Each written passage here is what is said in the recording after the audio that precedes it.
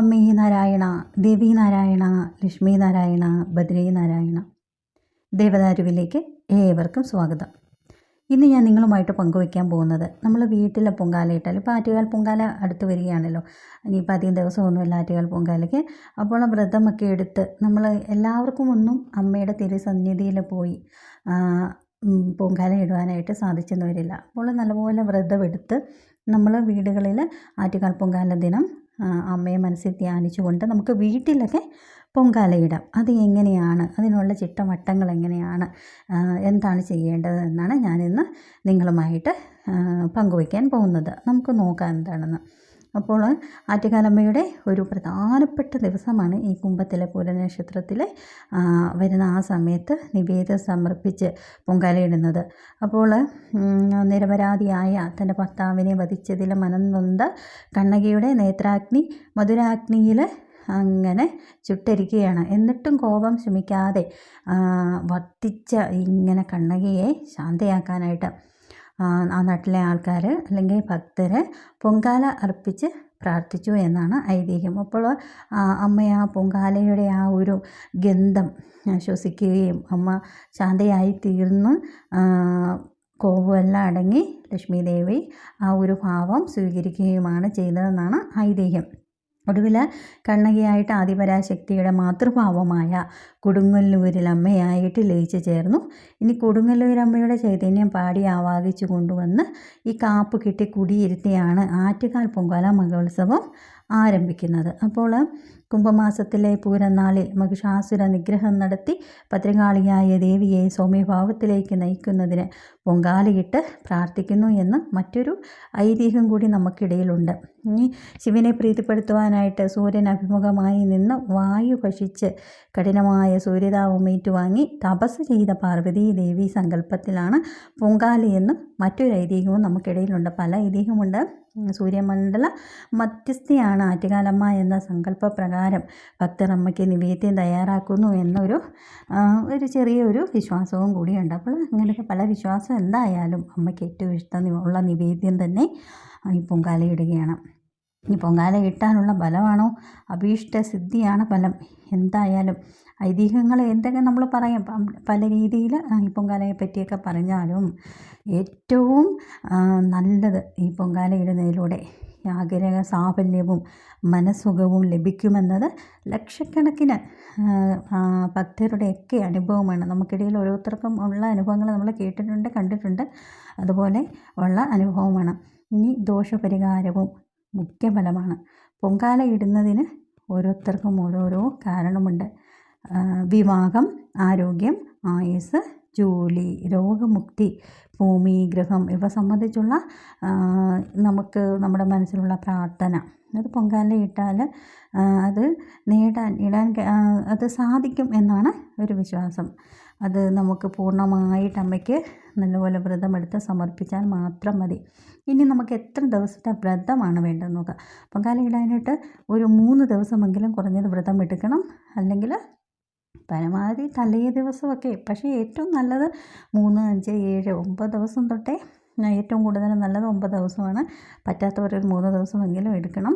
അല്ലെങ്കിൽ തലേ ദിവസമെങ്കിലും വ്രതമെടുത്ത് സാധാരണ ഒരു വ്രതങ്ങൾ പോലെ തന്നെ ഒരിക്കലെടുത്ത് മത്സ്യമാംസാദികളൊക്കെ ഉപേക്ഷിച്ചിട്ട് ദേവീ സംബന്ധമായ പ്രാർത്ഥനകളിലും പൂജകളിലുമൊക്കെ മുഴുകി തലേന്ന് പുലർച്ചെ കുളിച്ച് ക്ഷേത്ര ദർശനമൊക്കെ നടത്തി 2 നേരം അരിയാഹാരമൊക്കെ കഴിച്ച് ബാക്കി 2 നേരം ഫലവർഗ്ഗങ്ങളൊക്കെ കഴിച്ച് ഗോതമ്പ് ഭക്ഷണമോ 2 നേരം കുളിയും പ്രാർത്ഥനയും ഒക്കെ വേണം.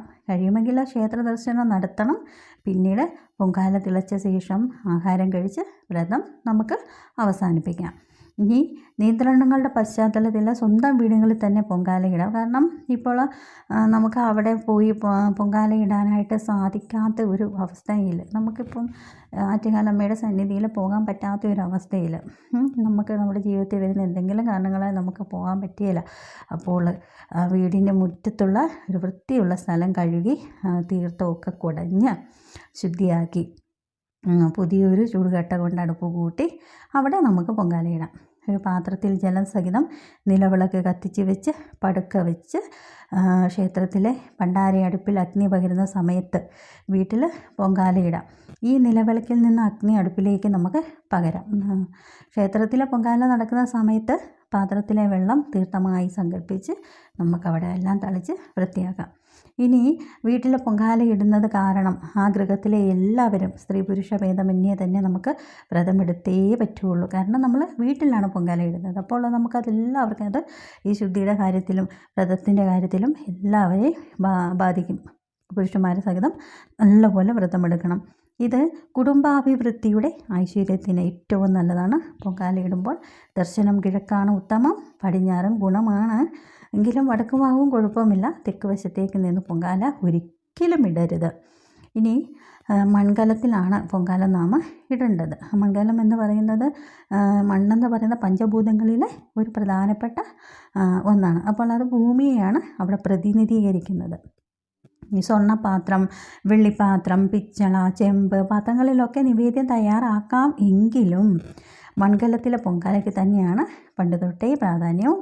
നിത്യവും ക്ഷേത്രത്തിലെ പന്തീരടിക്ക് പൂജയ്ക്ക് മൺകലത്തിലെ ഒരു നിവേദ്യമാണ് നിവേദിക്കുന്നത്.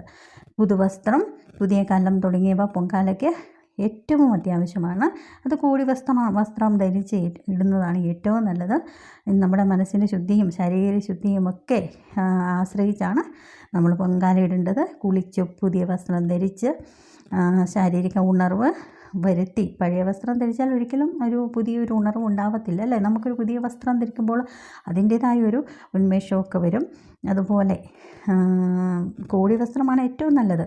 അപ്പോൾ വ്രതത്തിൻ്റെയും വിശ്വാസത്തിൻ്റെയും ഒക്കെ പ്രതീകമായിട്ടാണ് നമ്മൾ പുതുവസ്ത്രമൊക്കെ ധരിച്ച് പുതുകലത്തിൽ നിവേദ്യം അമ്മയ്ക്ക് അർപ്പിക്കുന്നത്. ഇനി നമുക്ക് നിവേദ്യങ്ങൾ പല വിധത്തിൽ നമ്മൾ ഓരോ ഭക്തന്മാരും അമ്മയ്ക്ക് സമർപ്പിക്കുന്നത് പല രീതിയിലാണ്. അത് ഏതൊക്കെയാണ്? ചിലർ സമർപ്പിക്കുമ്പോൾ ശർക്കര പായസം, ചിലർ പഞ്ചാര പായസമായിരിക്കും. പാൽപ്പായസവും വെള്ള നിവേദ്യവും തെരളിയും അടയും മണ്ടപ്പുട്ടും അങ്ങനെ കുറേ വിവിധങ്ങളായ രീതിയിലാണ് നിവേദ്യങ്ങൾ അമ്മയ്ക്ക് ഓരോ ഭക്തന്മാരും സമർപ്പിക്കുന്നത്.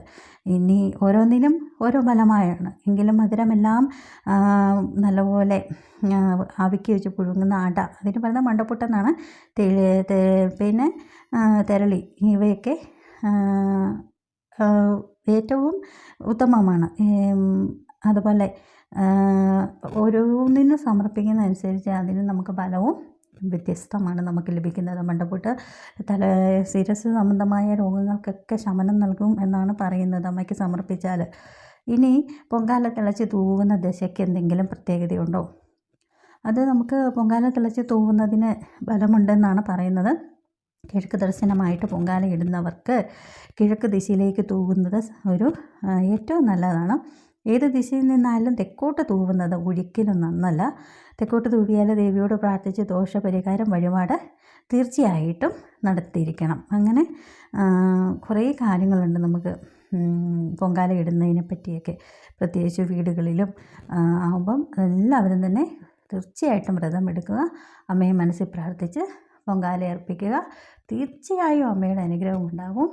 എല്ലാവർക്കും അമ്മയുടെ അനുഗ്രഹം ലഭിക്കട്ടെ എന്ന് പ്രാർത്ഥിക്കുന്നു. ഈ വീഡിയോ ഇഷ്ടമായെങ്കിൽ ലൈക്ക് ചെയ്യുക, ഷെയർ ചെയ്യുക.